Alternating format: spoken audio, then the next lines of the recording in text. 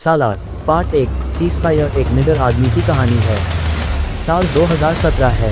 आध्या लगभग 7 साल तक अमेरिका में छिपने के बाद नकली पासपोर्ट पर भारत आती है। आध्या वाराणसी में रहने के अपने फैसले के बारे में अपने पिता कृष्णकांत को अंधेरे में रखती है। हालांकि कृष्णकांत के दुश्मनों को पता चल जाता है और वे अपने लोगों को वाराणसी हवाई अड्डे के बाहर तैनात कर देते हैं। वे आध्या का अपहरण करने का प्रयास करते हैं। दूसरी ओर कृष्णकांत बिलाल से मदद मांगता है। बिलाल चालाकी से आध्या को उनके चंगुल से छुड़ाता है और उसे असम के तिनसुकिया ले जाता है। यहाँ वह देवा को उसका ख्याल रखने के लिए कहता है। देवा की माँ, जो एक स्कूल की सख्त हेडमास्टर हैं, को आध्या की जान को खतरे के बारे में कोई अंदाजा नहीं है। माँ आध्या को अपने स्कूल में अंग्रेजी शिक्षक के रूप में नियुक्त करती है। अफसोस की बात है कि योजना विफल हो गई क्योंकि कृष्णकांत के दुश्मनों को आध्या के स्थान के बारे में पता चल गया। इस बीच कांडला बंदरगाह से एक प्रतिष्ठित मोहर के साथ एक खेप बर्मा की ओर जा रही है। उन लोगों को तिनसुकिया के रास्ते जाने और आध्या का अपहरण करने के लिए कहा जाता है। वे ऐसा करते हैं लेकिन ट्रक को रोकने के लिए मजबूर होना पड़ता है क्योंकि देवा आध्या को बचाने की कोशिश करते हुए टीम पर हमला करता है। हालांकि ट्रक को सील के साथ रोकना मना है क्योंकि यह क्षेत्र खानसार का है। खानसार के वरदराज को इस उपद्रव के बारे में सूचित किया गया है और कहा गया है कि उसका बचपन का दोस्त देवा ही है जिसने अपराध किया है।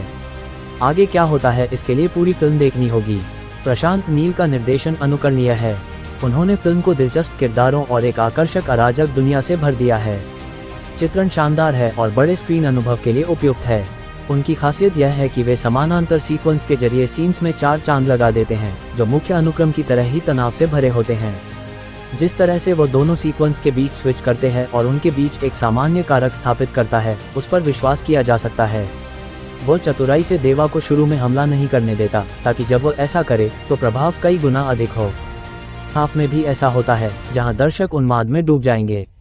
वहीं कमियों की बात करें तो सबसे बड़ा मुद्दा ये है कि यह बेहद जटिल है।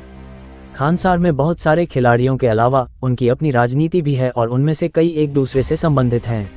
दर्शकों को पूरी तस्वीर समझने में कठिनाई होगी और साथ ही संघर्ष भी। दरअसल पूरे युद्धविराम ट्रैक को समझना आसान नहीं है।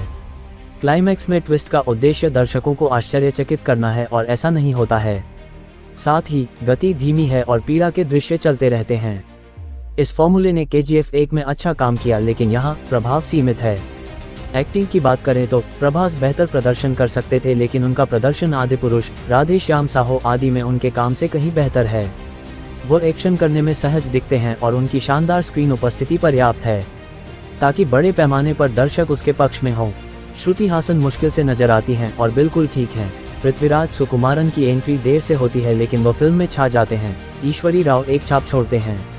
माइम गोपी और कृष्णकांत का किरदार निभाने वाले अभिनेता काफी अच्छे हैं।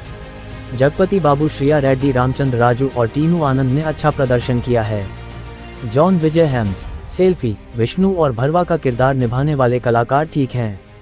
रवि बसरूर का संगीत भावपूर्ण है लेकिन दोनों गाने सूरज हाय छाँव बनके और किस्सों में की शेल्फ लाइफ नहीं है। रवि बसरूर का बैकग्राउंड स्कोर बहुत जोरदार नहीं है और काम करता है।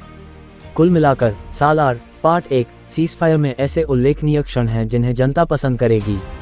हालांकि अत्यधिक हिंसा, अनावश्यक रूप से जटिल सेकंड हाफ और डोंकी के कारण सीमित प्रदर्शन इसकी बॉक्स ऑफिस संभावनाओं को एक हद तक प्रभावित। एक बार थिएटर में जाकर सिनेमा को जरूर देखिए और ऐसे ही फिल्मी जानकारी के लिए हमारे चैनल को सब्सक्राइब कीजिए और बेल आइकन को दबा दीजिए।